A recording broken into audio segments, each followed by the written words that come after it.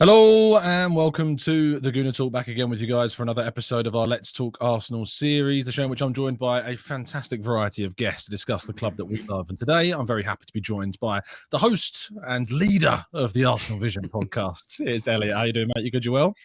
I'm great. I don't know who the heck I'm supposed to be leading on that thing. It sure doesn't feel like it from my perspective, but it's good to be here, Tom. Good to see you again. Look, we've had some crazy captains at Arsenal, to be fair. You know, leadership doesn't always have to be successful. So I have been known to throw a straw up and cry in the podcasting booth when things don't go my way. So maybe I'm the William Gallas of the podcast. Yeah, absolutely. Go sit in the other half of the podcast and just by yourself and reflect on what you've done. No, I really appreciate you jumping on with me. It's been a pleasure, of course, to join you over the summer. We were in Chicago together. We did a live show over there. I was in attendance for the live show at Union Chapel a couple of months. Was it a couple of months? About a month ago now, I suppose. End of May. So about a month ago. The last game of the season, wasn't it? So yeah, that was a lot of fun. Again, a lot of fun. Yeah, really good. Just to kind of touch on that, I mean, obviously the last time we had you on, we talked a lot about the Arsenal Foundation fundraiser and the success behind that as well. And of course, you know, the community here at TGT, we massively thank you to you guys as well, because we certainly contributed to that as well. And we're very grateful to you guys for that also. What would you say you learned from that experience the most? What was the thing that, I know it's easy to say, obviously you're taken aback by the support, the amazing numbers, but do you think it changed you doing that in any way or learned anything from that experience? Oh, of course. Yeah. I don't want to go on too much on this just because I know people want to talk transfers, which I do too. What I would say is, you know, I did get the chance to go to Jordan and go to the Zatari camp, which was life-changing. But also, when we think of the club, we think of Mikel Arteta, or we think of KSE, or we think of the players, right? Which is all true. That's all the stuff that touches our lives as supporters. But to meet so many other people that work at Arsenal and do great work and give back to the North London community or the global community through philanthropic causes, through volunteer work, through the Arsenal in the Community program, through what the Arsenal Foundation does, I think it's just worth remembering there are amazing people that make up the club that we will never necessarily get to interact with. And one of the fun things that I've heard is that Arsenal's become the employer of choice in the sort of football worker community, in the sense that people are desperate to get out of other clubs and get a job at Arsenal. And I think that tells you a little bit. When an organization is doing things right, they become the place people want to be. And that's become the case, I think, not just on the pitch, but also at Highbury House as well. So, you know, I could go on and on about the impact of the fundraiser and what the community did in showing up to raise £432,000 for the Arsenal Foundation, which is extraordinary. I can go on and on, but I'll spare you that because I've done so much of it in the last few months, and just say that we have a special club inside and out, and especially a lot of the people that we don't get to know and don't get to see every day.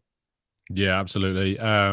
I can only second that from doing, you know, from being at the club for the last year, working in around the club as well. You learn very quickly kind of how passionate they are, you know, the vision for things inside the club. It's brilliant. So it was great to see that as well, with the community come together to create such a fantastic amount of money raised. But as Elliot said, you don't give a toss about all that really, because you care about transfers. Of course, the transfer window has gripped us, as you would come to expect. With, you know, Googling players, we're going on to Y-Scout, we're frantically buying Arsenal Vision Patreon accounts so we can listen to scouting reports. Strongly recommend that, yes. Absolutely. Which of the three players, and I say three so far because, you know, Lavia is in the background a bit, but of Havertz, Rice and Timber, which are you most excited about? Because I know it might seem obvious what the answer might be, but it's amazing to me how many different answers I get to that question. I'm excited for that question because it gives me a chance to be the villain of the show right off the bat. The one I am most excited for is Kai Havertz. And look, if you told me Thomas Partey was staying, then what I would say to you is look at the starting 11, the sort of picture in your mind, the accepted first 11 at Arsenal this past season. Which is the one position that if you change it, you think you could tease out the most improvement in this team if you could change one position with a realistic option? Like, the one position is always striker if you can get like an Mbappe or something, but set that aside. Realistically, as great as Granit Xhaka did, I think a dynamic, around the box, goal scoring, assist providing player who has the skill set and technical level of a Havertz I think the left 8 is the one position we had in our first 11 where I could see making a change, having the most impact to our point totals, our goals scored, the performance of players like Jesus and Martinelli. So I'm really excited to see that, presuming he's coming in for that role, which I am pretty confident he will be. With Rice, I think it will be a one in, one out potential situation where he comes and party goes. And while I think Rice could be very exciting, I think that we had for 3/4 of last season the best central midfielder in the league in Thomas Partey. And while he faded post Interlull, if Rice comes in and just maintains Partey's level, that would be a huge accomplishment. Whereas I think Havertz can come in and improve on what we get from that position. So probably not a popular take, but I think that's the one that I think if he's as good as I think he could be, could make the biggest impact.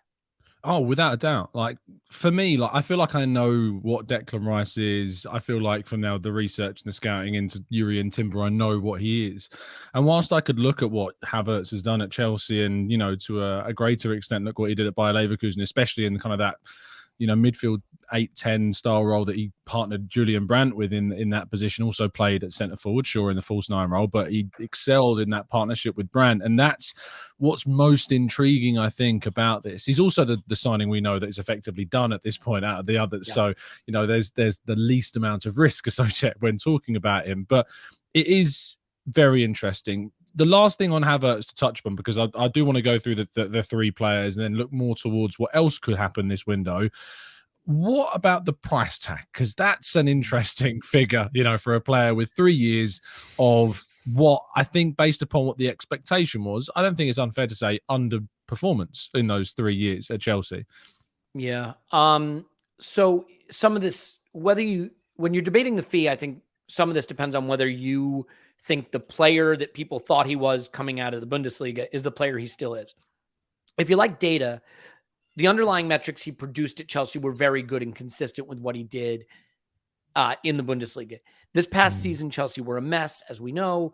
His finishing was bad this season, and so his numbers wind up looking worse in a team that was pretty bad all around. I've read a lot of really good articles talking about how he was used, not being right, you know, sort of a false 9 and a team that didn't really have the players around him to give him a platform.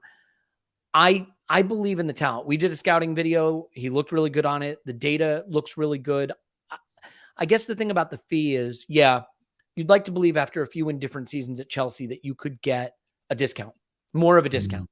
I mean, it's obviously a bit of a discount from what he cost coming out of the Bundesliga, and transfer fees have only accelerated since then. So there's a discount.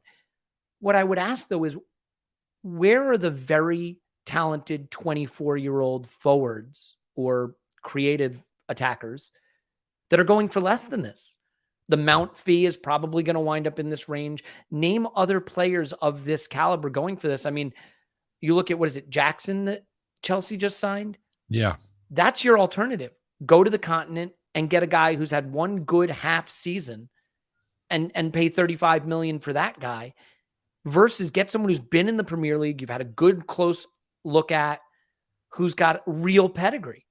And I think when you have a player this pedigree, I don't see a lot of attackers moving for a much better value than this. So while I agree it's a lot to spend, I think that's borne out by the talent. I think it's going to work. And I'm prepared to look really silly if he flops, but I think the talent will work, especially in our system.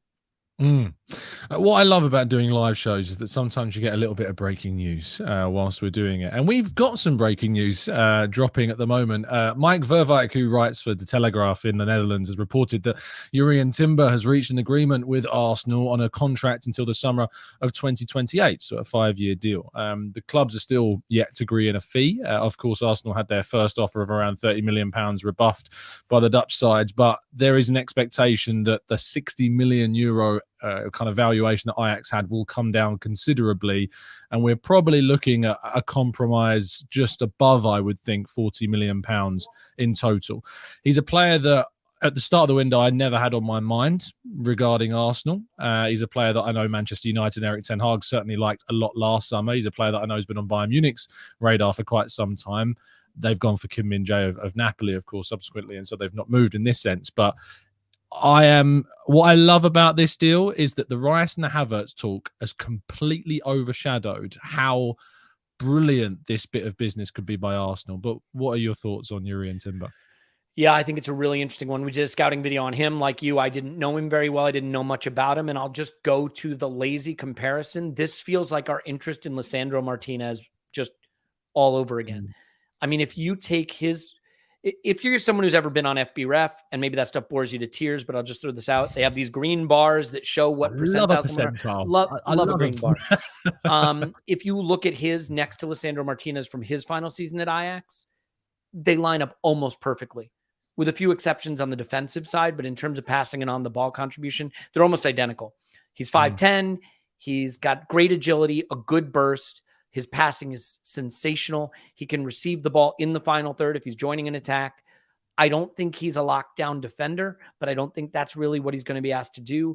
This, to me, strikes me as another fullback who can invert from either side or can play the widest center back in a there it is. The widest center back in a 3. So if we play more 3-2-5, which I think we will, I think you'll see Jurrien Timber have a chance to play in the 2. And I'll explain that in a minute. This is the tweet I was referring to. If you don't look at tackles and interceptions, and I would recommend you don't, because that tends to be more stylistic than anything, Shodran Mustafi, great tackles and interceptions, not a great defender. You know who doesn't have great tackles and interceptions? Defenders like Van Dijk and Saliba. So I would throw that out. But looking at this, I mean, look at those passing stats. Can you tell much apart? Because one is Lisandro Martinez and one is Jurrien Timber. So if you look at what City did and how they evolved with John Stones this season, I think there are going to be games when we will play White, Gabriel, and Saliba as a 3 with Timber and Rice coming in as the 2 and then the 5 in front. And those will be games maybe where Zinchenko doesn't play, or Zinchenko could even play in the left 8 if you wanted to do that. But I think that gives us, a lot of people say, oh, you're going to get Kai Havertz in the left 8. Good luck with the counterattacks. How are you going to defend? Well, you know how you do it? Maybe in those games you don't use Zinchenko and you have something like Rice and Timber playing, so when we go think about it this way, this is why it's hard. Off the ball, you want to be in a 4-4-2, because in your defensive block, in your low block or mid block, the 4-4-2 is the best way to defend, right? So your 4 is going to be, you're going to need to be stretched across the pitch in a 4. And however you want to lay that out, you can. But then you want to be in a 3-2-5 when you attack. And if Timber can come in and join Rice because he has that on the ball capability, when we're in possession, he's good at ball recoveries, right? You really need to do that if we're going to press. He's great at ball recoveries. I think it makes a lot of sense. It gives us a lot of versatility, and it gives us a phenomenal platoon of defenders who can play the positions that we need. So White can cover center back when needed, and we still have the same kind of skill sets at right back. I think it's, without going over the top, I think it's a brilliant piece of business, and it's exactly the kind of player we should be bringing in if we're going to be moving out of Tierney, who maybe wasn't a fit for this way of approaching it. I think it's a perfect way to build more towards our style. Absolutely. I mean, giving Arteta more options, that's always what the key kind of undertone of the summer was, is making sure that Arteta has the confidence in the alternative, which he didn't necessarily feel he had really last summer, besides your Leandro Trossards of this world, and to a lesser extent Jorginho as well, after he came in January too, when he eventually got to the point where he was, overtaking Partey in his selection towards the end of the campaign. The other player, of course, is Declan Rice, the player that is the most frenetic, volatile target of the summer. 1 minute you're checking Patreon accounts of West Ham supporters to find out what the insight is. The next minute we're trying to find out if Di Marzio's got an update from his mates at West Ham on what Man City are doing. I don't want to ask you what do we think of Rice, because we know what Rice is, but how have you assessed Arsenal's approach to the process of trying to sign him? Yeah, and let me just say one last thing on Timber I'll shift into what I'm thinking with Rice is, I think it is a good sign when the things a club are doing make sense logically, right? Like the funniest news that came out this week was United have decided to pivot from Mount to Caicedo. No, they haven't. No, they haven't. It's either like nakedly briefing to try to get Chelsea to blink, or there's no plan at United, right? If that's what you're pivoting from. I love that we were in for Martinez last summer. And what do we do this summer? We just go for the next guy that looks like a simulacrum of Martinez, that there's a clear line of sight to what we want to do. I think with Declan Rice, I think the criticism of how we've approached the Declan Rice transfer doesn't make logical sense to me, for one simple reason. If you're West Ham United, you are not going to sell the jewel of your club, the captain of your team, the star signing of the summer without trying to create some kind of bidding war. They have too much incentive to do that. So for the people that would say you needed to bid earlier, you needed to go bigger earlier, whenever Arsenal went bigger, West Ham were going to call up City and say, we have a good offer from Arsenal. Are you coming into this transaction? That was always going to happen. The fact is, whatever the number is that gets this deal done, we can choose to go to that number or not go to it. And if we choose to go to it, we will get Declan Rice because he wants Arsenal. So there is no good reason for Arsenal to just start the bidding at the number that gets it done. There's no good reason, because if we had started the bidding at that number, City would come in then. West Ham would call up City and United and say, this is the number. Can you go over it? They would have done that. My belief is firmly that if City want to go so big that we won't match and go so big in wages that we can't get close, they'll get the player. That's what they've done in the past. There's a reason Haaland was only in for City, because no one was going to give him 400 grand a week or whatever the heck they paid. I would say in general that I think we will get Rice, and I think we will probably get Rice at a pretty good, well, let me be clear about saying good value, because we're getting into figures now where it's not a value, it's not a deal. But I don't think we have to go to 120 paid in 2 installments. But ultimately, there will be a number that gets the deal. And I think that Arsenal will go to the number if we're serious about wanting Rice, assuming it's in the range that we're willing to spend. So the criticism of the club, I get it. We want this player. Everybody's nervous. Yeah. We're on edge. That DeMarzo tweet sent everybody off, on edge, because it's like, we dithered, we dithered. But ultimately, West Ham were always going to try to pull other clubs into this. And I think what we're seeing now, as time has moved on, the player wants Arsenal. City aren't maybe really coming in, and we're going to wind up looking like we did the right thing and getting this transfer over the line. I really believe that.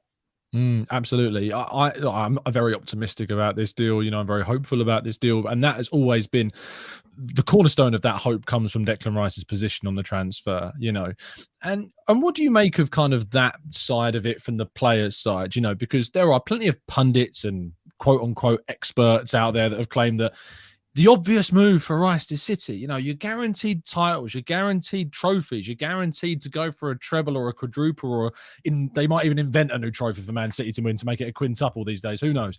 But what I expect from Arsenal is a different approach, because they can't do what City do. And it seems the man that is the tip of that spear in convincing players through not only his words, but the actions of the squad that he's had over the last 3 and a bit seasons is Mikel Arteta's guaranteed, not of trophies yet, and hopefully we get there to one day where we can start guaranteeing trophies, but the guarantee that you will become a better player under this coach. How does that make you feel when you look at Arsenal and players like Rice now preferring us to a team like Man City? Yeah, I think that's a part of it. I think there's another part of it too, which is we have some of the exciting young English talent in the game. Rice will want to be where Saka is. And by the way, Ben White and Aaron Ramsdale, right? And Smith Rowe potentially scored for the under-21s today. The funny thing is, the one coach in world football that you might say right now a young player might want to train over Arteta might be Pep. Yeah. But I think you can also look at Calvin Phillips. He can also look at that. He can also look at Foden in and out of the team. Grealish stop-start. He's now obviously doing well for them. At some level, it is about money. This is their career. They get paid to do it. They have short careers, and they want to make generational money and be protected for literally generations. And so I think there are factors beyond money that will weigh on a player's decision. But at some level, if we're willing to offer him $250 a week and City say we'll give you $450 a week, we're not going to get him. And I think anybody watching this right now, think about if someone offered you double to do what you do at a pretty good place with a pretty good boss and achieve a lot of accolades. It's hard to turn that down. So I think you're right, Tom. I think the Mikel Arteta of it is a huge draw. The project he's building, the improvement of the young players that have been made under him. I think having Champions League is crucial as well. But I think Rice has made this decision as much based on being able to come and be the guy too. Cause you can look at Calvin Phillips and say, I don't see Rodri going anywhere. Right. And the people that say he's the Gundogan replacement, like that seems like a very different type of player and position for me. So long-winded way of saying, I think you're right about Mikel, but I think there's a whole constellation of factors here that will lead to Rice preferring to be at Arsenal. One more quick question on this, Yeah. and before we move on, just because it's come to my mind in thinking about it, I feel as though I've seen some people make comparisons between what Man City are doing in recent years in the market, the way in which Bayern approach the Bundesliga, in which, you know, if Dortmund have a great player, they buy him. If Leverkusen have a great player, they buy him. If Frankfurt, if, you know, you get the spiel. I feel as though if it was Chelsea who finished, 12th last season, that were going for Rice, or if it was maybe even Liverpool or Manchester United going for Rice, maybe City wouldn't be as keen. Do you think there's any element of City's kind of keenness of Rice, outside of obviously knowing how good of a player he is, that is founded upon the fact that they believe that we are their biggest rivals now, and that if we get Rice, it takes us closer to them as a club? It's funny. Maybe. But it could just be the case that great minds think alike. Mikel and Arteta, I mean, Mikel and Pep have similar view on football, similar view on talent. Mikel learned under Pep, and they probably had a conversation or two about Declan Rice a couple seasons ago when he was breaking in. You know, I'm sure that this is a player they probably shared a drink and a chat about at one time. I think it may be the case that City look at it that way. Although they sold us a couple of players last summer and a couple of good ones. So they're clearly, maybe they didn't regard us as a threat because we didn't feel like a threat at the time, and things have changed. I also think that, like, are we convinced City are in for him? Like, are we convinced they actually want him? Because if I think back to last summer, and correct me if I'm wrong on the details here, but I think City put up a really good front, like they were in for Harry Kane. And United blinked and pivoted and wound up bringing back Ronaldo or whatever, or whoever. What was this 2 summers ago? Might have been 2 summers ago, whatever the case was. And City were never in for Kane, but they got United to sort of blink and move out of the way. And I wonder if City are just kind of distracting, slowing things down, seeing if we'll pivot, making us pay a little more, slowing down when he gets in and integrates, turning the player's head, you know, unsettling the situation. Because as of right now, all we're hearing is City are thinking about a bid. Well, it doesn't take very long to think about a bid. You can say you send a bid in 2 seconds. So I think there may be some wanting to kneecap Arsenal's project. I still think City are good enough that they don't have to think like that. They'll only go for players if they think those players make them better, which is the right way to think. And it may be the case that City's interest is more illusory than we're led to believe. So lots to unfold there. But my ultimate belief, Tom, is I think City would only go for a player if they really think it's the player to make them better. I don't know that I think kneecapping Arsenal would be a prime consideration. I wish we were that. I wish we did. I wish they did think about us in that way, that they would go and spend 100 million just to annoy us. Like, yeah, you know what? We really want to keep Nicola Pepe. We're desperate to keep Nicola Pepe. Are you listening, Pep? We're desperate. Yeah. What a player. Yeah. Obviously, if it is Rice, and the other name obviously in the fold is Lavia, I don't want to go into detail like we've done on the other 3 because it seems more up in the air regarding him. But there is suggestions that both of Xhaka and Partey could move on this summer. And if it is Lavia, for, you know, a hypothetical scenario, Rice and Lavia in, and, you know, you can add Havertz that as well if you like, because it seems he could play that 8-10 hybrid where, let's be honest, Xhaka plays in the same region as that in the team. That still doesn't feel to me like we've strengthened. And I use that word as kind of what I set out at the beginning of this window and said, Arsenal need to strengthen in this window. And losing Partey and Xhaka and bringing in Lavia, Rice, and throwing Havertz there as well, that doesn't convince me, Elliot, that that's enough for the window this needed to be. Am I being harsh, or do Arsenal need to do more? It's 3 for 2. It's because Havertz is the Xhaka upgrade. And in my mind is an upgrade. Younger, more dynamic. All the things we talked about. Like, he's an upgrade for the role Xhaka plays. I think Rice and Partey are very, very different players. One is much more on the ball dominant. The other is much more of a ground coverer, right? I mean, I think more of a shield for the back 4, maybe better at shutting down counters and ball recovery. He's really good at that. The issue is Lavia. Lavia is a super talent. We did a scouting video on him, and my takeaway from it was incredibly toolsy. That's kind of an Americanism in sport. Like he's got tools, you know what I mean? He's got the physicality. He's got a technical level that's high. He's got a good engine. Very raw still. In my view, I could be way off on that, but I think he's raw. I think you're right. Yeah. I think you're right. And so what I worry about is, he's 19. Yeah. My worry with Lavia would be, at 19, you cannot afford to go from being a starter for Southampton to playing 350 minutes for Arsenal. And I don't know that he's ready to play 1,500 minutes for a title challenger and a Champions League side. So I would almost say, if you're going to buy Lavia, and people are going to roll their eyes out of their head at this, I think you have to loan him out. Because you have to guarantee, at 19, he needs to play 2,000 minutes. He needs to. He cannot wind up in a situation where he's getting the final 10 minutes of Premier League blowouts. And like I gotta believe that Lavia's future is a star future, but he needs to be playing at this age to get there. Like a Caicedo is a star now. Lavia might be a star in a couple of seasons. So where I would agree with you is Rice for Partey and Havertz for Xhaka.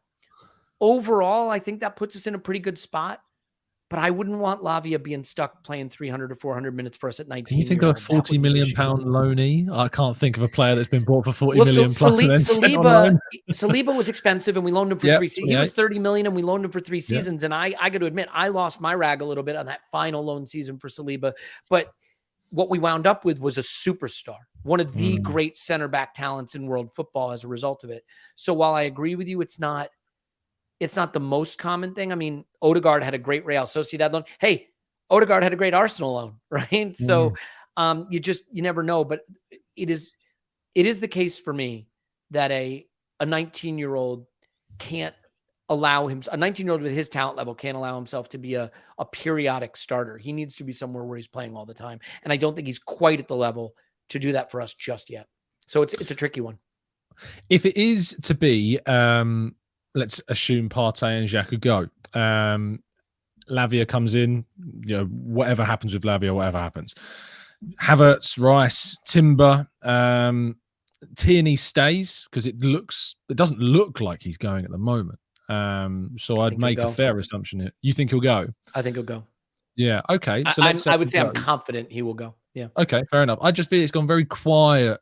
Weirdly quiet. Maybe he's a late mover. I think Arsenal would have liked an earlier resolution to that profile personally, but so they got more time to bring in a replacement. And I know they don't necessarily desperately need to replace him because they've got Zinchenko and Tomiyasu and Kivior that can all play there. And they've got a very young, talented guy in Lino Souza coming through as well, who could also... Tierney not going would be a problem. And not because I don't like Tierney. I love Tierney, but Tomiyasu will get fit eventually. I think we forget that he was the player of our season for the first half 2 seasons ago. He's a very talented player. You can't rely on him because of his fitness, I realize. But if we leave ourselves with Zinchenko, Tomiyasu, White, Saliba, Timber, sorry, right, and Kivior, what are you doing with Kieran Tierney? This is a guy making 120 grand a week who might get 2 starts, and we don't have Europa League anymore. So, like, frankly, I don't think it's fair to Tierney to not find a move for him. I don't see, he had very little playing time this season, and we look like we're only adding to the platoon of players that are available to play in his role. Yeah, I don't think it's right to so if he goes, keep him. You wouldn't replace him either. No way. No. So because I don't think we want to play with an overlapping fullback. So I would say our left back options would be Zinchenko, Kivior, Timber. I think our right back options are White, Tomiyasu, Timber. I think our center back options are Saliba, Gabriel, White, Tomiyasu, Timber, and Kivior, right? It looks like a really intelligent cluster of players. And if I just don't know why we'd spend the money to replace a Kieran Tierney when we don't play with we have shown no interest in playing with a player who does what he does. And we will be adding a defender in his role and presumably getting Tomiyasu back from injury. Interesting. Yeah, it's not necessarily an area that I'd given enough thought to think, Tomiyasu, because I just immediately think, well, if Tierney goes, well, surely you bring someone in, because he's the obvious backup. But we say he's the obvious backup. He's not been for Arteta. He's not been the obvious backup at all. Every time we thought he would start, he's not. I mean, as someone who's seen him walk through mixed zones after games, he doesn't walk with a strut or a smile. Let's say that. You were there on the final day, right? Like, I thought his approach to the lap of appreciation, and I hate to do this like armchair psychology thing. And sorry, Tom, I know I cut you off a couple times there, but like the way he approached lap appreciation seemed like, I'm going to get out there, I'll whip around, I'll get off. Like you can read so much into this stuff. He could have had to use the toilet, like who knows, but he just didn't. He seemed like someone who was on the way out. I still think I was in the stadium for the and you were too, right? You must have been there for the last game of the season. When did you stay for the full kind of? Oh yeah. And when they all congregated in the corner of the North Bank. Tierney was the first to walk in with Rob Holding. On that day, they both walked in first before anyone else. I didn't see him in the mix zone after that game. He didn't come through that area.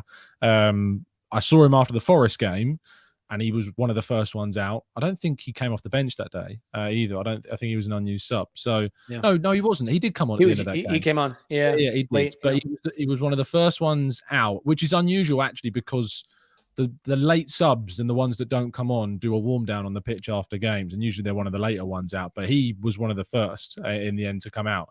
And it's really weird at Forest because they have to walk through where Forest fans still are walking through if they've been in the club level. So he was getting stopped left and right by fans taking like pictures and stuff.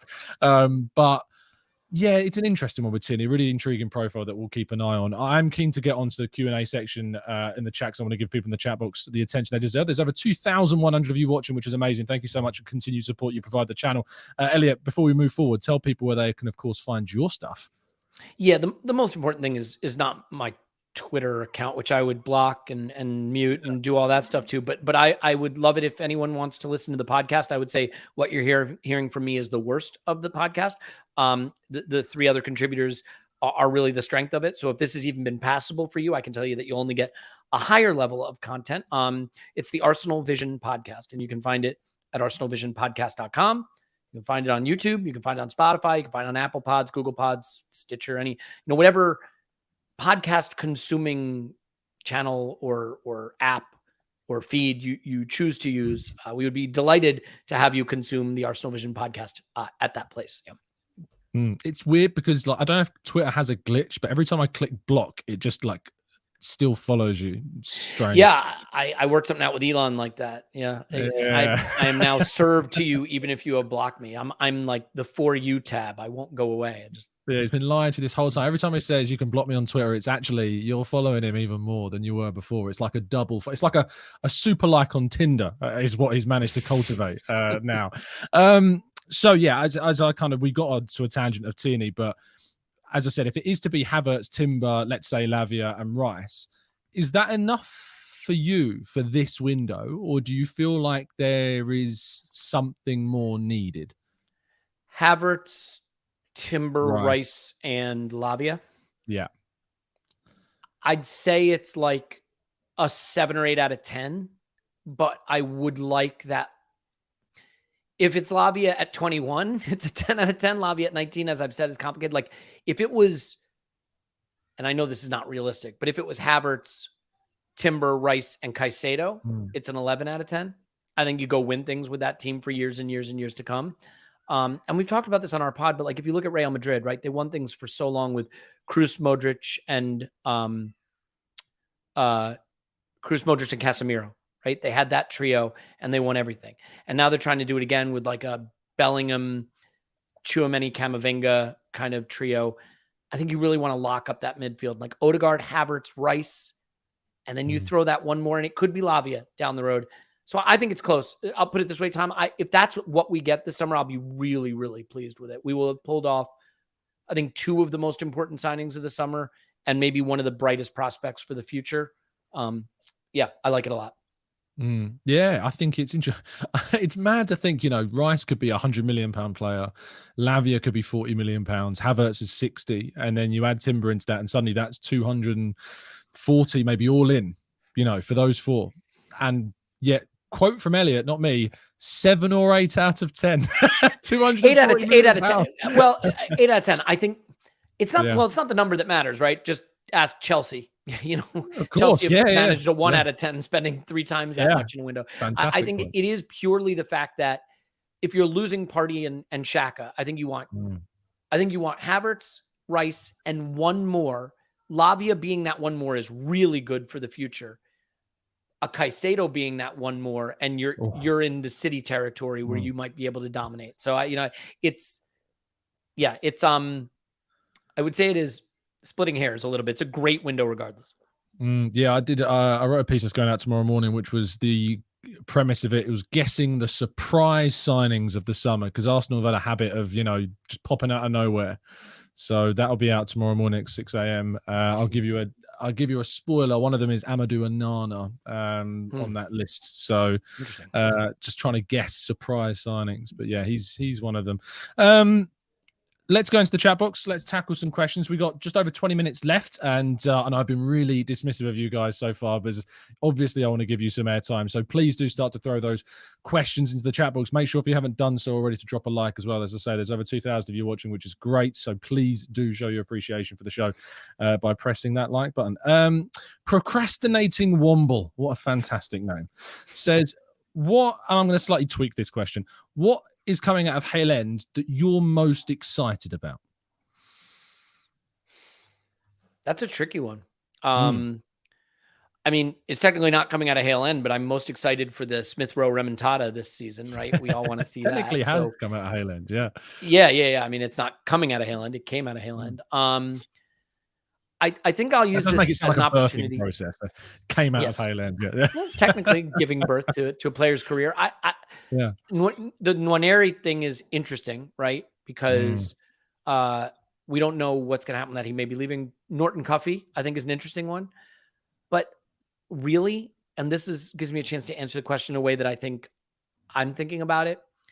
As you get better and better and better as a club and start competing for bigger and bigger trophies, the competition gets harder and harder. And I think what we're going to have to realize is it's going to be really difficult to bring academy players through now.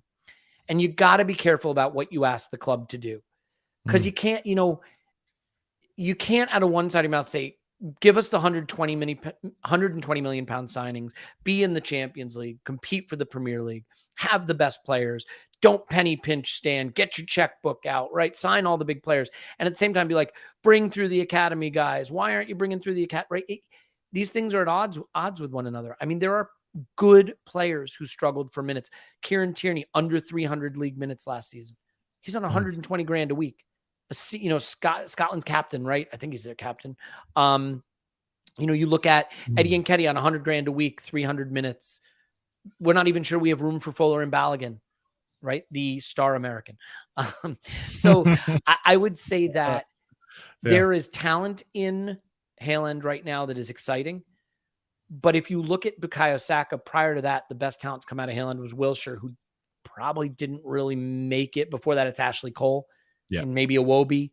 It's not common for the big clubs to have academy players that come in. And we're very fortunate to have any. So I'm excited about a lot of the talent there, but let's be careful about not expecting the club to bring too many through. There's just not the minutes. It's going to be League Cup and maybe some FA Cup, and that's probably it.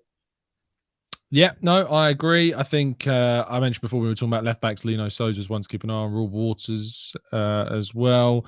An interesting part, Mario Koja Dubry. But as Elliot says, when are they going to play? That is the big question. Wesley asked the difficult question of Tom and Elliot, give me your likelihood of success of getting our top targets in terms of percentage. So I guess it's percentage confidence, if you like, in the signings that we might make. I suppose Havertz is 100, I guess. 100, Timber, 100, 95,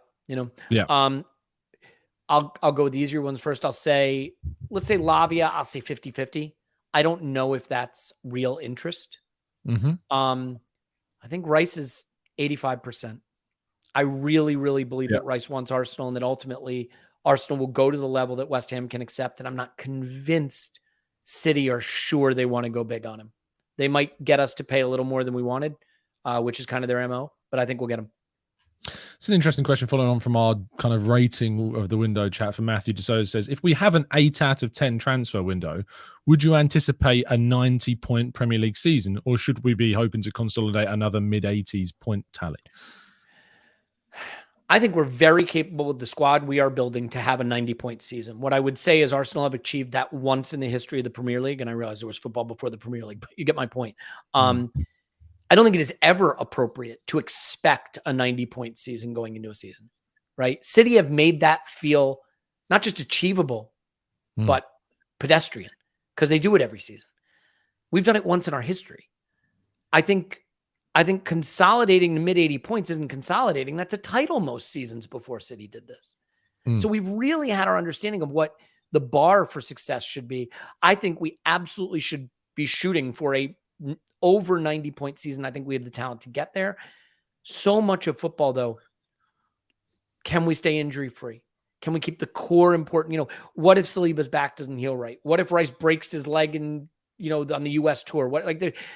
So many things that just can completely change what's achievable. I will put it this way. I think we will have built a squad that can go assault a 90+ point season. The talent and the manager are right to do that. Absolutely, I agree. Matthew, thank you for your question. A couple of the similar kind of vein of this. Dr. Ken says, by the way, I want to be clear. I apologize and immediately regret that I referenced the broken ankle thing. That was idiotic on my part. And I should not have done it. Ridiculously. Yes, no, everyone get on your knees and pray that doesn't happen now. Dr. Ken says, people are forgetting Jorginho, and Gvesh says, why do everyone seem to forget about Jorginho in our team? I have a feeling that he has a major part to play next season. Do you think we are forgetting about Jorginho? Well, I think there have been some rumors about him leaving. So I'm not sure. There was some Italian interest, and I could see him maybe wanting to go back to Italy. Like that strikes me as a thing that might happen. Like if you're Arsenal and you're like, we can get a few bucks, a few quid for Jorginho, who's, past 30 and may not have much left to give. I could see us doing it. I like Jorginho. I think what he gave us was cromulent, during the run-in, and obviously gave us one of the most fun goals that we scored all season. He technically didn't score it. Emi Martinez did, but it was brilliant. I think keeping Jorginho would be great. I think it gives us a really nice option. And I think when you look at what we're building, Jorginho and Havertz have some really good Champions League experience, right? We don't have a lot of players that have that experience. I think having that in the team is important. So senior leadership too, right? If you're losing Xhaka, if you're losing Partey, he's the last late prime 30-ish something player, post-prime player that we'd have. I like keeping Jorginho if we do, and I think he would be a good player to have around. I'm just a little nervous. Not nervous. I have a little bit of an instinct that if there is genuine interest in Italy, he might go.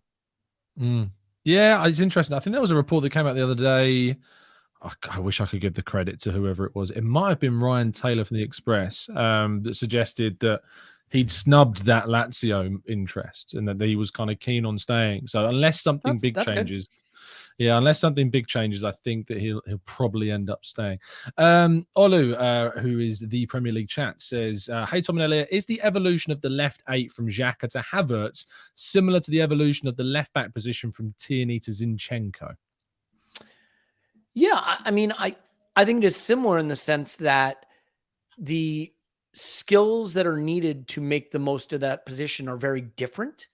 I think Xhaka did a much better job adapting to them than Tierney, obviously, which is borne out by the minutes.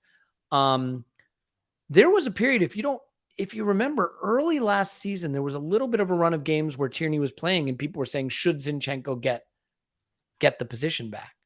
That Tierney had earned the right to stay in, but Mikel demonstrated very, very clearly that he wanted to stick with Zinchenko, and I think that was the right move. Yeah, I think it is an evolution. If you listen to what Mikel said, was it Carragher he did the big long interview with? Yeah.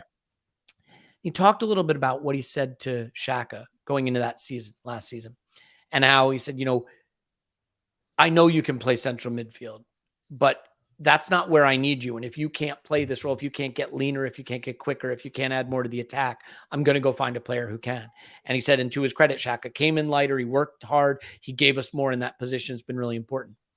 But I think that comment suggested in the back of his mind, Arteta was always thinking about where that evolution might happen. And he gave Xhaka that season, and what a beautiful way for his story to end at Arsenal versus how it might have ended.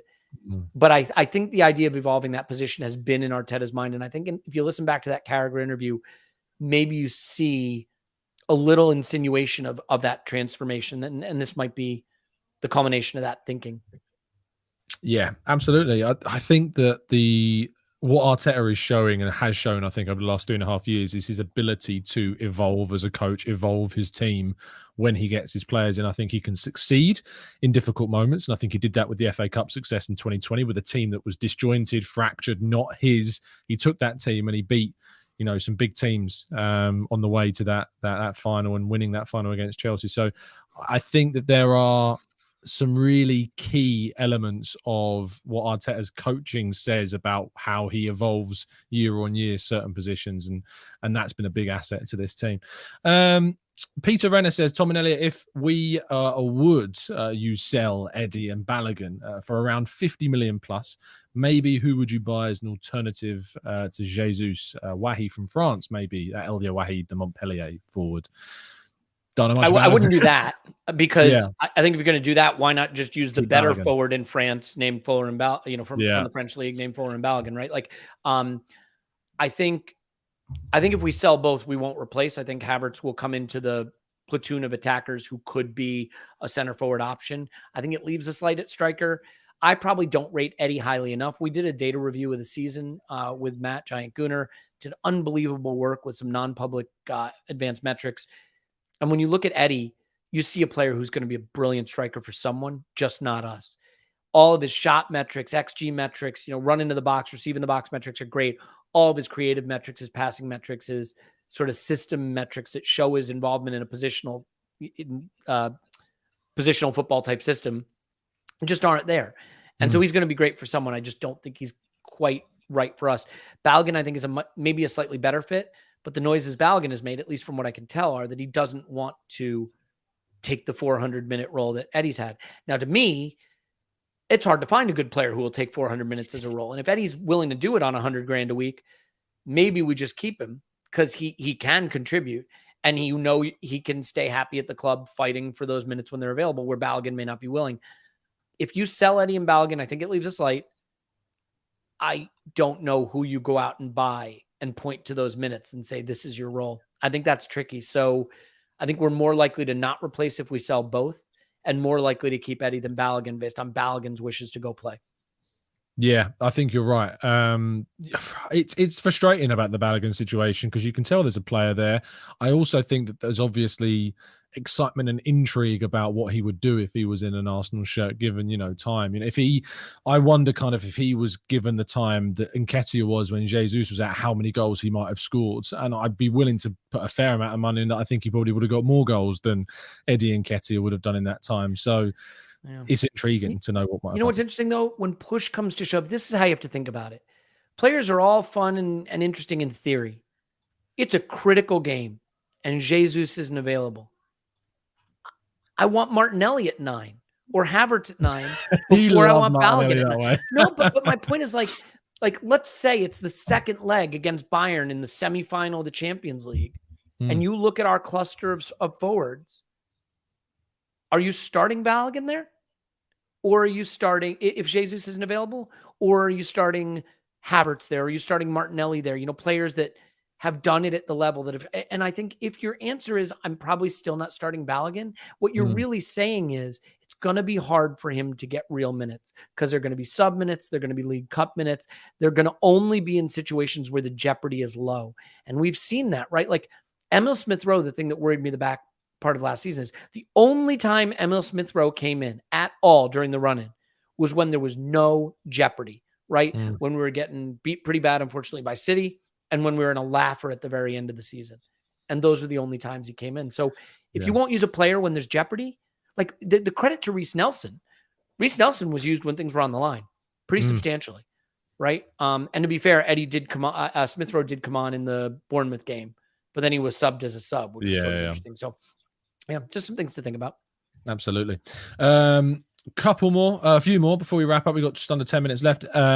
This is a really good question, actually, from Keith Bird, who says, there is always a surprise signing by the end of the window. What position do you think that surprise signing might come in? Wow, that's really hard.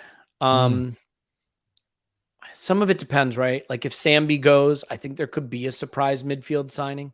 Because you can only have so many, right? If Partey goes and Jorginho goes and Xhaka goes and Sambi goes, we're not just going to buy Declan Rice. And if it's not Lavia, I could see there being a surprise midfield signing, maybe even a big one to add to the group. I guess the only other thing I could say is maybe we go for a striker. Like if it was like a shock, wasn't expecting it, I could see striker. For me, striker or midfielder. For me, my other position is right back. And the only reason why I say right back is because I feel like there's potential for Arteta to look at maybe like a talented, really offensive right back, in the sense of there are games where we've subbed off Ben White and brought in Tomiyasu, and it's not changed all that much. I think about the Everton game away from home in particular as one of those games. And I feel as though maybe that's still a position where there is room for some I know Timber's coming in, but he has played every Eredivisie match last season at right side centre-back. And yes, I know he can play, and I think he suits the profile of a Mikel Arteta right back, if you like, as Ben White has. But I do think there is scope maybe and an opening for an option that's different to what we have at right back. So maybe that's something. Yeah, it'd be a lot for that position. A lot of players who could play that position, that's for sure. Let's go to some more chill questions to round off the show. Cinema Pizza says, what's your favorite beer at the moment? What's your go-to? So people are going to hate this, but I don't do well with beer, as I think you well know, Tom. I like bourbon. I like wine. I like gin. I like vodka martinis. I like basically everything except Malort. I don't drink a lot of beer. It just hasn't suited me. I will say though, if I have to have beer, and this is so bad, I'll have a Guinness. I like Guinness. I like a stout. Why is that bad? I think Guinness is pretty well respected, because it's kind of cliche, I guess. I live in a place that's renowned for having some very good IPAs. Like there's Surly is here where I live, and they have something called Furious, and it's one of those really hoppy IPAs that make a bitter face that people seem to love these days. So good power to them. Yeah, my go-to at the moment is Birra Moretti is my lager of choice, and Beavertown neck oil is another one that's very, very good. But what was the shot that you got me in? Something drop? What was it? Oh, you're gonna. This is so bad. So just so I can be clear to everyone, when I order shots, I always order ironic shots that are meant to be silly. And so I tried to order a Jaeger bomb, which is my go-to terrible shot to order. They didn't have it at this place. So we had a lemon drop shot. Yes. It's quite an easy shot to drink. We'd also been drinking for a while there. So please don't judge me on my shot taste. Shamed forever. Nice. I was introduced to a lemon drop, and it was crazy. When we went to New York in April, Clive from our pod. And he'd never had a margarita before. What? He was like, what's this drink? This is fantastic. A picture of Clive drinking a margarita is something I feel I need. So if there is one that exists, please do send it to me. Absolutely.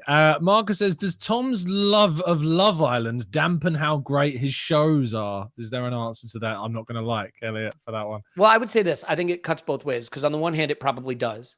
Yeah. On the other hand, there's a good chance you'll probably get Ben White on the show at some time to talk about it. So, swings and roundabouts.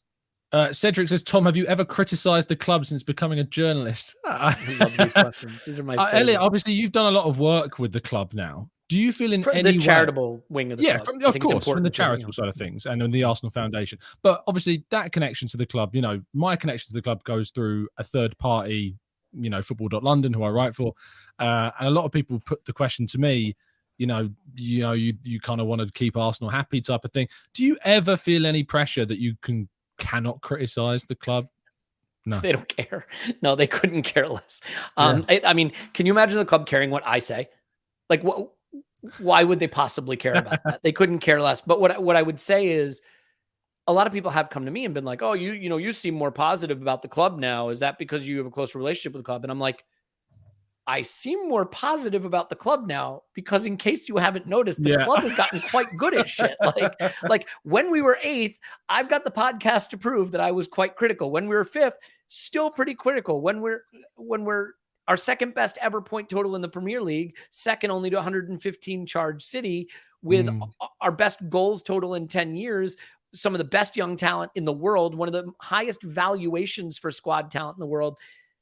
Yeah, like I'm going to be less critical because there's less to criticize, right? Like, I paint what I see. So if we finish 12th this season, no one's going to be asking me about that. And what's so ironic is how your reputation can change, because when we were 8th, I'd get stuck into dumb shit we were doing. I hated the Cedric move. I hated the Pablo Mari move. And you get the people like, you're just so negative, mate. Like, why? What's wrong with Cedric? What's wrong with Pablo Mari? Why can't you and then we get good.